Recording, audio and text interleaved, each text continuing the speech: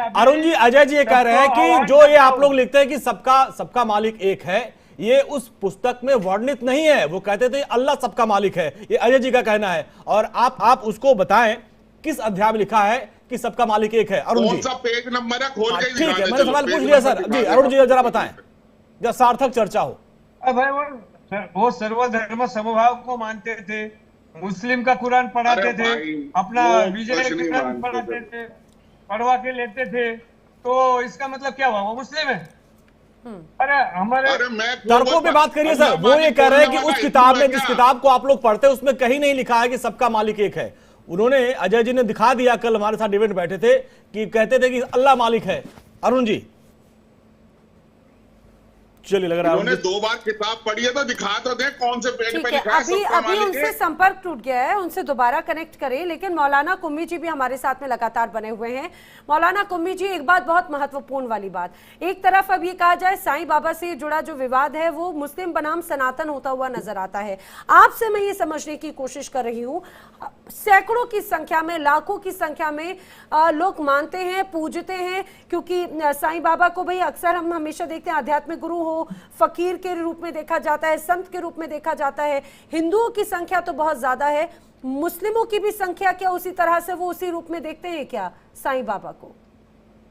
देखिए, ऐसा है कि साईं बाबा को हिंदुस्तान में नहीं बल्कि पूरी दुनिया के जो है लोग मानते हैं और उनसे मोहब्बत करते हैं, उनसे उनको जो है उनके जाते हैं मांगने के लिए। मौलाना कुम्मी भी मानते हैं साईं बाबा को उसी रूप में? हाँ बिल्कुल, मुसलमान भी मानते हैं, हिंदू भी मानते हैं, सिख भी। ये चंद लोग हैं जो किताबें लिख ली हैं और फला कर लिए हैं। इनके तो पैदा भी नहीं हुए थे जब ये साईं बाबा का लोग मानते थे भारत में। ये कई सौ साल पहले की बात है, आज की नई बात नहीं है। ये किताबें लिखने से और साबित, इससे कुछ साबित नहीं हो सकता है। किसी की आस्था के ऊपर अगर आप हमला करेंगे तो जाहिर है कि आदमी परेशान होगा। अब जो मंदिरों में जिन आस्था से रखा गया है साईं बाबा को, तो उनका भी तो हमें एहतराम करना है।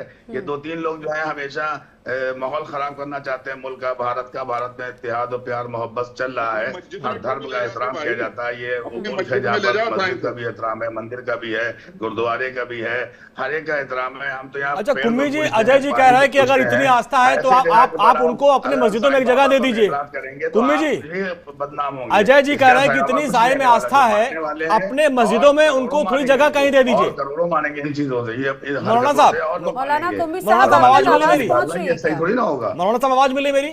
अजय जी कह रहे हैं कि इतनी आस्था है साईं बाबा में तो अपनी मस्जिद में थोड़ा किनारा दे दीजिए, एक वही मूर्ति स्थापित करवा दीजिए वहीं पे। मस्जिद में नहीं, मस्जिद में तो हम आपको भी दे सकते हैं किराना। आप भी आ जाइए मस्जिद के अंदर, आप मंदिर बना लिया, हमें कोई एतराज नहीं है। बना ही लिया, बावजूद बनाया नहीं, आप वहां पे करिए ना साईं बाबा को। अजय जी कह रहे हैं कि साईं बाबा को वहां स्थापित करवा दीजिए। आप मंदिर में, मस्जिद में मंदिर बना लिया, हमें खुशी। आचार्य शैलेश जी आपकी बात पे कुछ जवाब देना चाह रहे हैं। आचार्य शैलेश जी, देखिए, मौलाना जी बोल रहे हैं कि अभी साईं बाबा को मानते हैं, तो साईं बाबा की क्या मूर्ति पूजा करते हैं, आरती दिखाते हैं, उनके जो चुराए गए हमारे हिंदू धर्म से मंत्र है, क्या उस मंत्र को पूजा करते हैं? और अगर आप अपने मस्जिद में रखना चाहते हैं तो रखिए, लेकिन आप यह मत कहिए कि बाबरी मस्जिद था, वह बाबरी विवादित ढांचा था जिसको नष्ट कर दिया गया।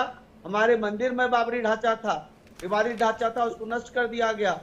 और वहां पहले से नहीं बना, किसी को एतराज हुआ? सब मानते नहीं मानते हैं, सब लोग एहतराम करते हैं, सब मानते हैं। देश में सब मिलजुल के रहते हैं।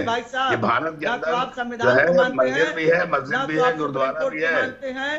साईं बाबा के मानने वाले करोड़ों अरबों की तादाद में तो हैं। मौलाना कुम्मी जी और आचार्य शैलेश जी बाबरी से निकलकर साईं बाबा मंदिर की तरफ आते हैं, लेकिन मौलाना कुम्मी जी, शैलेश तिवारी जी पूछ रहे हैं कि आपने कहा कि भाई उसी रूप में मुस्लिम समुदाय भी पूछता है साईं बाबा को, जिस तरह से बड़ी संख्या में हिंदू उनकी पूजा करते हैं। जरा बता दीजिए कि आपकी इबादत का तरीका साईं बाबा के लिए किस तरह का होता है? नहीं, साईं बाबा तो हर धर्म का एहतराम करते थे। साईं बाबा हिंदुओं भी मानते थे, मुसलमानों को भी मानते थे, सिखों भी मानते थे। वो हर धर्म का एहतराम करते थे।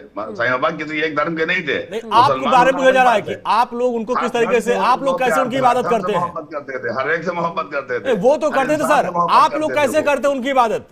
आप मौलाना साहब कैसे उनकी इबादत आप कैसे करते हैं? हम लोग की बात ना कीजिए। भारत के अंदर जिसको पूजा जाता है उसको पूजा जाएगा, जिसकी इबादत करना है वो इबादत करेगा। हमारे और आपके कहने से कोई नहीं करने वाला है। आप कैसे करते हो? आपने अभी कहा ना कि हम भी उनको मानते हैं, आप कैसे उनकी इबादत करते हैं?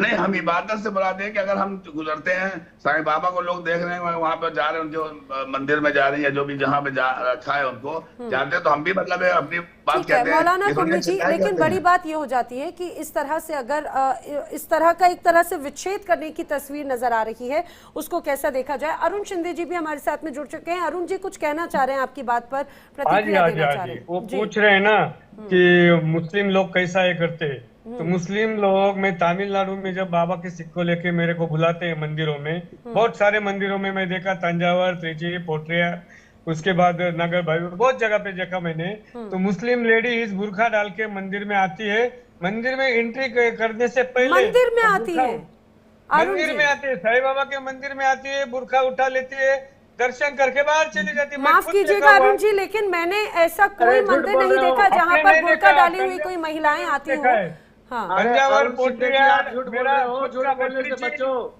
नीचे भगवान में से नहीं, डरो। नहीं, क्या बचना है, मैं खुद देखा हुआ है मेरे साथ। मौलाना कुम्मी जी क्या ऐसा होता है? ठीक है मौलाना कुम्मी जी, क्या ऐसा होता है? तमिल किया। हाँ बिल्कुल होता है।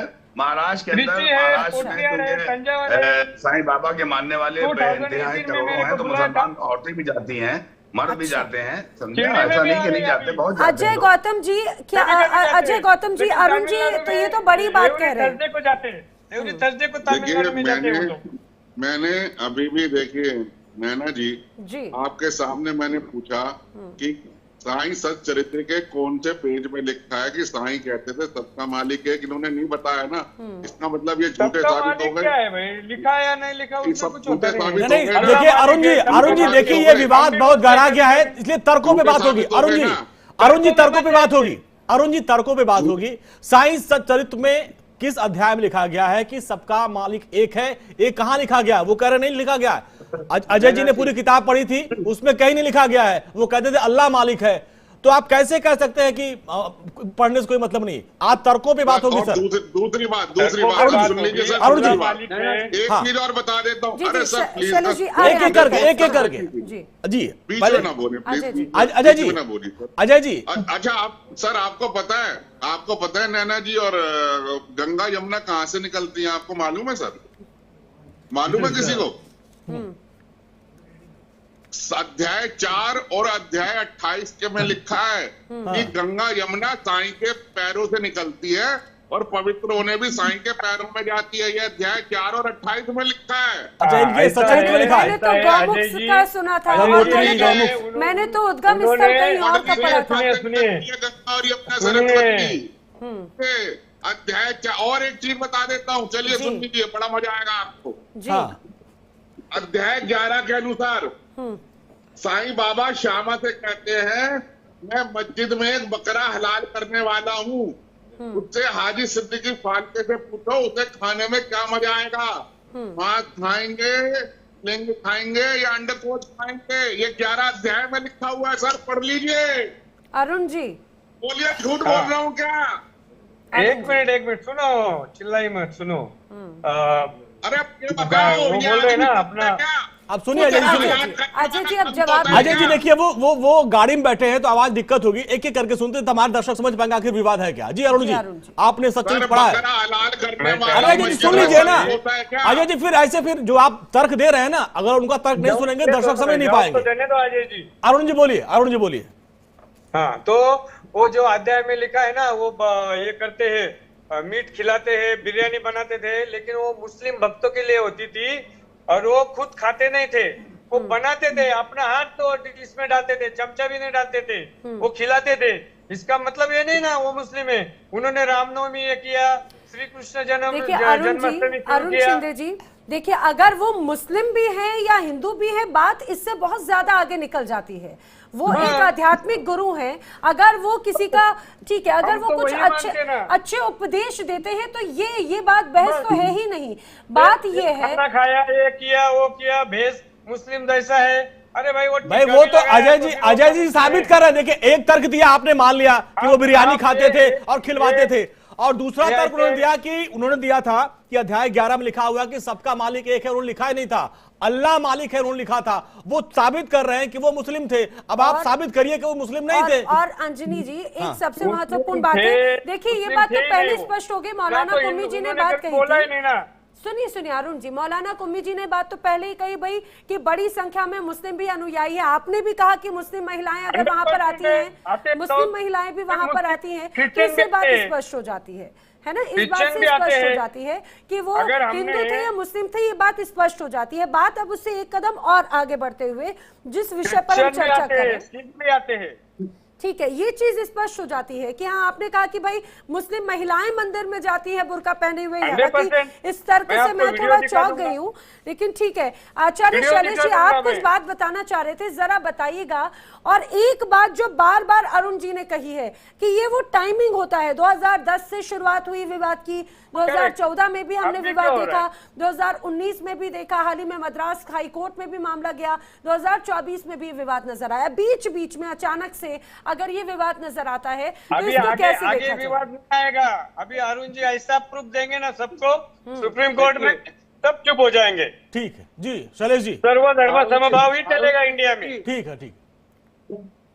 झूठ की बात चलेगा ना मुस्लिम ठीक है, चलेगा। ठीक है, अरुण जी, अरुण जी, अब आचार्य शैलेश जी की बात सुन लेते हैं। आचार्य जी, अरुण सिंधे जी, झूठ की रेत पर महलें नहीं खड़ा की जाती।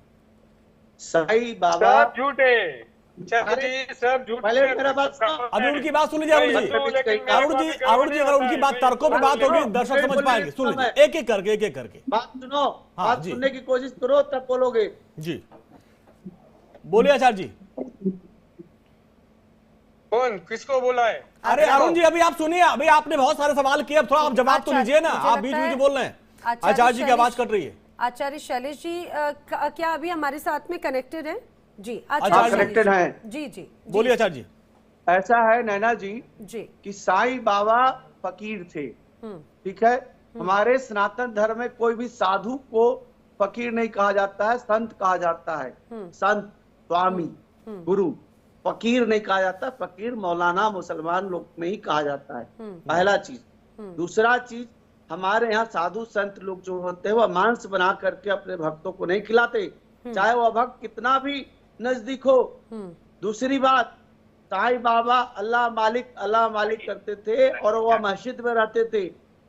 आज जिस तरह से हमारे सनातन धर्म का ह्रास हुआ और कुछ चंद लोगों ने धन कमाने के लिए अपने मंदिरों में साईं बाबा की मूर्ति रख करके और ऐसी बृहद स्थिति पैदा कर दी, और 10 से 15 साल तक लगातार साईं बाबा नाम का एक धारावाहिक चलता था। इसी धारावाहिक के प्रचार के कारण साईं बाबा देश की जनता के सामने आए और विजुअलाइज इतना किया गया, इतना दूरदर्शन पर चलाया गया साईं बाबा साईं बाबा साईं बाबा, पॉम्पलेट इतना पूरे देश में बांटा गया कि साईं बाबा एक सन्यासी तो थे लेकिन वह मुसलमान थे, उनको लोग भगवान बना दिया।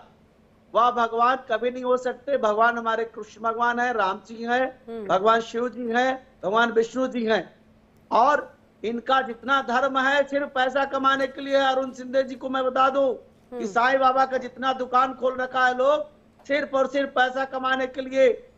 अगर आपको वैसा दुकान खोलना है, मंदिर खोलना है, साईं बाबा को आप पूजा करना चाहते हैं तो आप सेपरेट बनाइए मंदिर, सेपरेट पूजा। अच्छा आचार्य जी, एक चीज को मैं समझना चाह रहा हूं, मैं कई दिन से इसमें डिबेट लगातार कर रहा हूं। आचार्य जी एक चीज मैं समझना चाहूंगा, आचार्य जी आपसे भी, अजय जी आपसे भी। आचार्य जी मैं समझना चाहूंगा, बहुत दिन से मैं इस पर डिबेट कर रहा हूं, 3-4 दिन लगातार कर रहा हूं। एक चीज मुझे समझ में नहीं आई कि जब साईं बाबा की मूर्ति स्थापित की जा रही थी उस वक्त आप लोगों ने विरोध क्यों नहीं किया कि भाई ये नहीं होना चाहिए, उचित नहीं, इनका अलग मंदिर बने? उस वक्त विरोध क्यों नहीं हुआ? अरुण जी मैं सवाल पूछ रहा हूं जी, दोनों पहले हिंदू धर्म को पूछे फिर आपके पास आऊंगा। आचार्य जी आपसे मैं समझना चाहूंगा कि उस वक्त विरोध क्यों नहीं हुआ? ये 1980-85 से शुरू हुआ है जी, जब से साईं बाबा के सीरियल हुआ है। अरुण जी सुन लीजिए, आपकी बारी में आएंगे जी। अरुण बीच में क्यों बोलते हो भाई? अरुण जी मैं आपके पास आऊंगा, पहले मैं इनका पक्ष जान लूं। 80-85 से शुरू हुआ, हाँ, और साईं बाबा का धारावाहिक चलता रहा और लोग लगा दिए, हर मंदिरों में लोग लगा दिए धन कमाने के लिए। धीरे धीरे बड़े बड़े मंदिरों में लगा दिए, सेपरेट भी मंदिर बना दिए। आज सर मेरा सवाल तो वही था ना आचार्य जी, उस वक्त आप लोगों ने विरोध क्यों नहीं किया? हिंदू धर्मगुरुओं ने विरोध क्यों नहीं किया कि ऐसा नहीं होना चाहिए? देखिए, हिंदू धर्मगुरु शुरू से विरोध करते आए हैं। फिर कैसे मूर्ति स्थापित हो गई? हमारे जो आराध्य हैं उन्हीं की पूजा होनी चाहिए, लेकिन यहाँ कुछ भ्रमित हिंदू हैं जो अपने आप को सेकुलर बोलते हैं उन्हें सेकुलर कहलाने में लेकिन अच्छा आचार्य लगता है। शैलेश जी, ये बात तो वही हो जाती है कि जब लोग आस्था की बात करते हैं तो आस्था, हम एक तरफ ये भी कहते हैं कि आस्था धर्म नहीं देखता, आस्था भाव देखता है। जैसा कि साईं बाबा को लेकर भी कहा जाता है वो फकीर थे लेकिन उन्होंने सभी धर्मों की सेवा की, और यही वजह एक बड़ी हो जाती है। द्वारका के प्रति उनका प्रेम इसलिए था, कहा जाता है यही एक वजह है कि उन्हें लोग पूजने लगे। अजय